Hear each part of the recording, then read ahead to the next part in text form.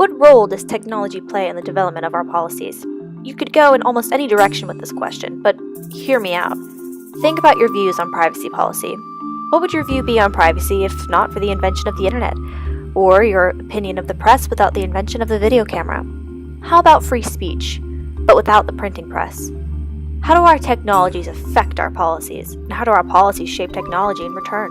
Hi everyone, my name is Claire Snell and this is TechnoPolitics, a short series where I delve into the relationships between technogenesis and the political sphere.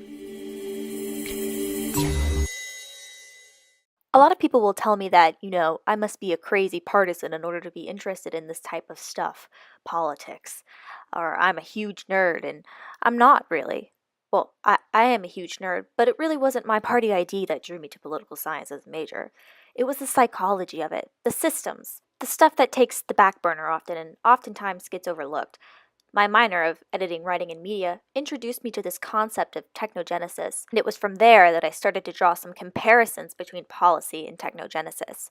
Technogenesis, for those of you who don't know, comes to us from Catherine Hales. She defines it as, quote, the idea that humans and technics evolve together. But what does that mean? Well, take for example, the invention of the typewriter. The typewriter allowed authors to record their writings in a uniform way that was pretty easily readable by all, compared to sometimes confusing and sloppy handwriting. You should see my handwriting. It's like trying to decipher hieroglyphics. My teachers would come up to me in high school and be like, "What does this say?" And I'd be like, "I honestly can't tell you. Your guess is as good as mine." Anyways, the point is, the typewriter was an invention that made the lives of writers a little easier. Perhaps we even evolved a little bit from this invention. Our brains learned to type automatically, the muscles in our hands changing to adapt to such strange and specific types of dancing of the fingers, so to speak. This symbiotic relationship between man and machine changes the way that we think. But does it change the way we think about politics? Specifically, does it change the way we interpret fundamental rights here in the United States? I argue it does. I could in fact argue that technogenesis affects everything that humans create. But our focus here is fundamental rights. Specifically, I want to look at the right to privacy, freedom of speech, and freedom of the press. Each one of these concepts seems inextricably linked to technology, exemplifying that symbiotic relationship I'm talking about. I'm going to explore this a bit more with some useful references. I think a good place to start off at is the freedom of speech.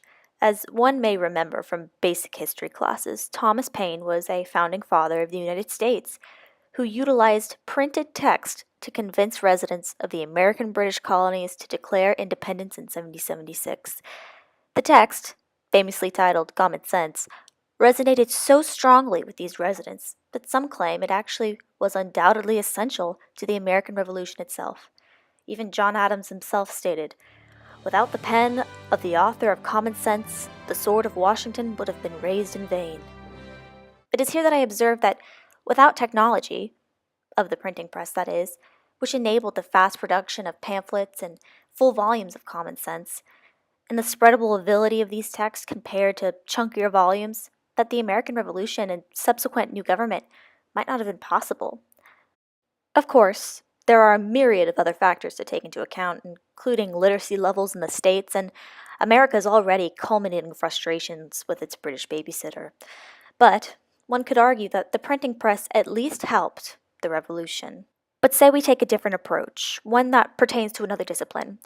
In her writings, Natalie Ram emphasizes that science itself is speech, and that our policies should reflect that. She says, quote, "Scientific research undoubtedly serves socially desirable goals. It seeks to make sense of the natural world, to push boundaries of human understanding, and to harness the very building blocks of life for the amelioration of human suffering. Yet science can also tread on the questions of ethics and human dignity, and it can raise legitimate and significant national security concerns. Against this backdrop of controversy, ethical consideration, and evolving patchworks of legislation is a serious question about whether and how government should be permitted to regulate the means and ends of scientific inquiry," unquote. So, does this suggest that humans and science, or technologies, as Catherine Hales would suggest, have a symbiotic relationship, as technogenesis depicts? Ram claims that, quote, "Efforts to regulate scientific research may seek to prevent people from discovering information and, consequently, can limit discourse on important matters of public concern, unquote. Ram is saying that by limiting the freedom of speech associated with scientific endeavors, perhaps pertaining to human embryo cloning or influenza disease research as she references, we actually limit human development and halter both sides of the kinds of technogenesis we are analyzing, policy and technology. From a broader context, as we look throughout history, the hindering of scientific thought and progress has slowed down the development of mankind. The symbiotic relationship of technogenesis here has been stalled or halted completely. Ram helpfully notes that Galileo Galilei faced the Inquisition over his embrace of the Copernican solar system, and his own research stemming from it. Darwin's work continues to reverberate in many spheres, leading to political strife and political capital. That's all we have time for today. For a complete works cited list, I invite you to visit my website, hawaiiclaire.wixsite.com/technopolitics. You can check it out to hear all my podcasts on demand. Check me out on Facebook and Twitter, and share with a friend if you think I'm cool, however unlikely that is. I do want to thank my sponsors, Dunkin' Donuts Coffee, for getting me through this whole ordeal. Dunkin' Donuts, America runs on Dunkin'. And then Joy Run, which I used to order McDonald's dollar menu items from in the middle of the night while compiling this. Joy Run, delivery by friends for friends. Next time, do you ever wonder whether you should tape over the camera on your computer? Tune in next week for a discussion about the right to privacy and how technogenesis has increasing implications on our right to privacy through advanced technology. Thank you for listening. I'm Claire Snell. This has been TechnoPolitics.